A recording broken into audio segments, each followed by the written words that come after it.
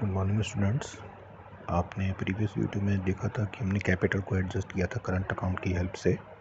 और अब हम इस नए इलस्ट्रेशन में हमको ये दे रखा है कि अगर पार्टनर का करंट अकाउंट का बैलेंस ऑलरेडी पहले से ही गिवन हो तो उस क्वेश्चन को हम किस तरीके से सॉल्व करेंगे।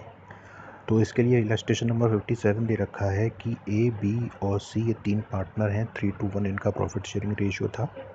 बैलेंस शीट में ये आइटम गिवन थे। कैपिटल ए बी सी की ये तीन थी, 3,50,000, 3 लाख और 250, टोटल 9 लाख। ए और सी का करंट अकाउंट का बैलेंस गिवन था 8,000 ए का और सी का 12,000। बी का करंट अकाउंट का बैलेंस यहाँ असेट्स में दे रखा है। असेट्स में देने का मतलब है कि ये नेगेटिव बैलेंस है 14,000 रुपीज़। तो जब हम करंट अकाउंट बनाएंगे तो ए और सी का बैलेंस बाय में आएगा और बी का बैलेंस टू में आएगा क्योंकि वो नेगेटिव है। जनरल रिजर्व 30,000 रुपीज़ दे रखा है। पी एंड एल का बैलेंस 14,000, क्रेडिटर 160 के, 90,000 रुपीज़ का बीपी का पेमेंट है। असेट्स में लैंड एंड बिल्डिंग 350 की, प्लांट एंड मशीनरी 135 की, फर्नीचर 160 का, 73,000 रुपीज़ का इन्वेस्टमेंट है, 34,000 रुपीज़ की बीआर की वैल्यू है, 87 डेटर्स हैं, 274 स्टॉक ऑफ बैंक 87,000 रुपीज़ है। आगे कह रहा है कि डी एक न्यू पार्टनर एडमिट हुआ। डी अपने साथ 1 लाख रुपीज़ तो कैपिटल के लिए कराया 1/6 शेयर के लिए, और जितना अमाउंट उसे गुडविल के लिए लाना चाहिए था वो लेकर आया। गुडविल फर्म की 180 है, तो 180 का अगर हम 1/6 निकालेंगे तो वो जितनी गुडविल लाया है वो निकल कर आ जाएगी। New profit sharing ratio ABCD का 2:1 था, यानी नया रेशियो दे रखा है तो मतलब गेन और सेक्रीफाइस हमें निकालना पड़ेगा। एक BR 14,008 रुपीज़ का जो हमने डिस्काउंट कराया बैंक से वो डिसऑनर हो गया, उसकी एंट्री हमने अभी तक नहीं की है। तो आप जानते हैं कि BR जो बैंक से डिस्काउंट होते थे वो डिसऑनर हो जाते हैं तो उसके पेमेंट को बैंक हमसे रिकवर करती है। यानी बैंक हमसे 14,008 रुपीज़ लेगी तो बैंक कम हो जाएगा और डेटर बढ़ जाएंगे। BR के डिसऑनर का इफेक्ट क्या होता है, डेटर बढ़ जाते हैं और बैंक कम हो जाती है। मतलब सेम अमाउंट से एक असेट्स इंक्रीज़ हो रही है और एक असेट्स कम हो रही है, तो रिवैल्यूएशन में इसका कोई इम्पैक्ट नहीं होगा। स्टॉक, फर्नीचर और इन्वेस्टमेंट ये तीनों ही चीज़ 20% से कम हो गई। लैंड एंड बिल्डिंग और मशीनरी ये 20% और 10% से बढ़ गई। कैपिटल आपको तीनों पार्टनर पुराने वालों की एडजस्ट करनी है डी के अकॉर्डिंग, वो भी करंट अकाउंट की हेल्प से।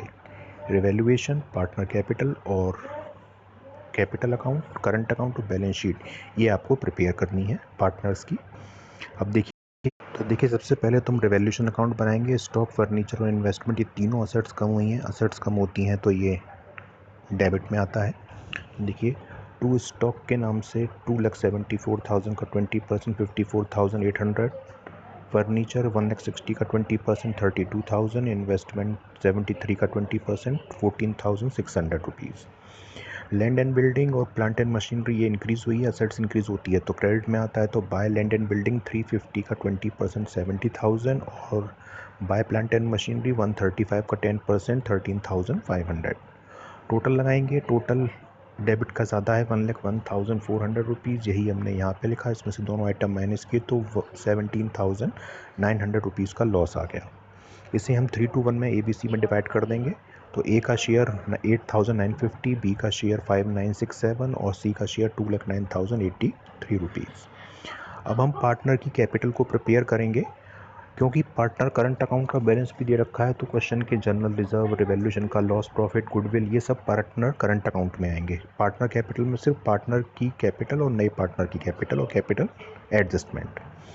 तो बैलेंस शीट में जो पार्टनर की कैपिटल दे रखी है वो बाय बैलेंस BD के नाम से ए की 3,50,000, बी की 3 लाख रुपीज़ और सी की 2,50,000 रुपीज़। सी जो नया पार्टनर कैपिटल लाया है वो बाय बैंक के नाम से सी के कॉलम में लिख देंगे 1 लाख रुपीज़। अब हमें कैपिटल को एडजस्ट करना है तो उसके लिए आप देखिए डी जो है 1/6 के लिए 1 लाख रुपीज़ कैपिटल लाया है तो पूरी फर्म की रेसिप्रोकल करके 6 लाख हो जाएगी। पिछले वाले क्वेश्चंस में हम पहले इसमें से नए पार्टनर की कैपिटल को माइनस करते थे और फिर बचे हुए बैलेंस को पुरानी रेशियो में बांटते थे, लेकिन वो तब करते थे जब नया रेशियो गिवन नहीं होता था। इस क्वेश्चन में नया रेशियो गिवन है 2:1, तो इसी रेशियो में जो कैपिटल आई है फर्म की उसको डिवाइड कर देंगे तो ए का 2 लाख, बी का 2 लाख, सी का 1 लाख और डी तो 1 लाख लाया ही है। और ये अमाउंट हम यहाँ लिख देंगे टू बैलेंस सी डी के नाम से, 2 लाख ए का, 2 लाख बी का, 1 लाख सी का, डी का 1 लाख। अब हम टोटल लगा के बैलेंस निकालेंगे तो देखिए ए का टोटल 3,50,000 ये यहाँ लिखा है, इसमें 2 लाख माइनस किए तो 1,50,000। बी का टोटल 3 लाख है, 3 लाख यहाँ लिखा है, इसमें 2 लाख माइनस 1 लाख बैलेंस ये बचा।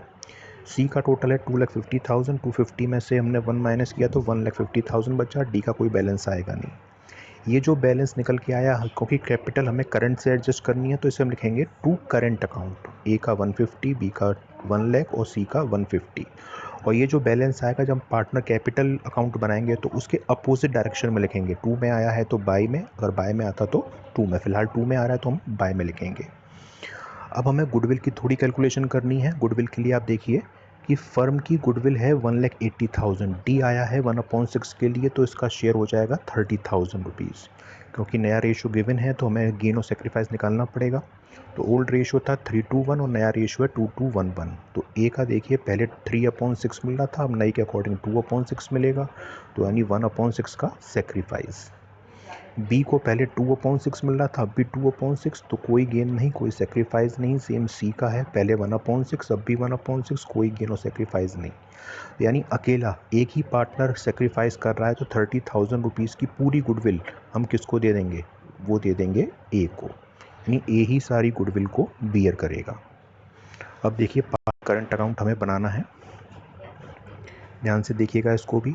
तो ए और सी का जो पार्टनर करंट अकाउंट का बैलेंस है वो क्रेडिट लाइबिलिटी में गिवन है और बी का असेट्स में। तो जो लाइबिलिटी में गिवन है opposite direction by balance BD के नाम से, ए के कॉलम में 8,000, सी के कॉलम में 12,000, और जो बी का है वो टू बैलेंस बीडी के नाम से बी के कॉलम में 14,000 जो असेट्स में दे रखा है।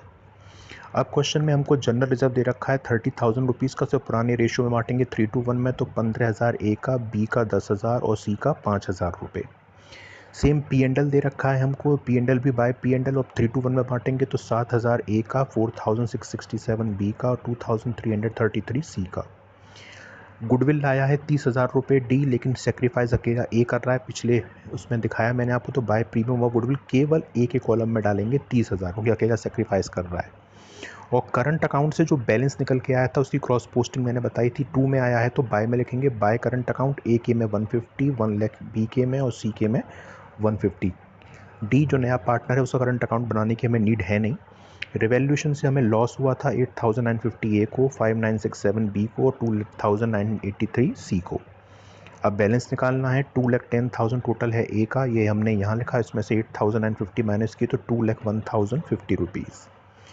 बी का जो बैलेंस है, बी का टोटल आ रहा है 1,14,667, ये हमने यहाँ लिखा है, इसमें से 14,597 माइनस की तो 94,700 बैलेंस बचा।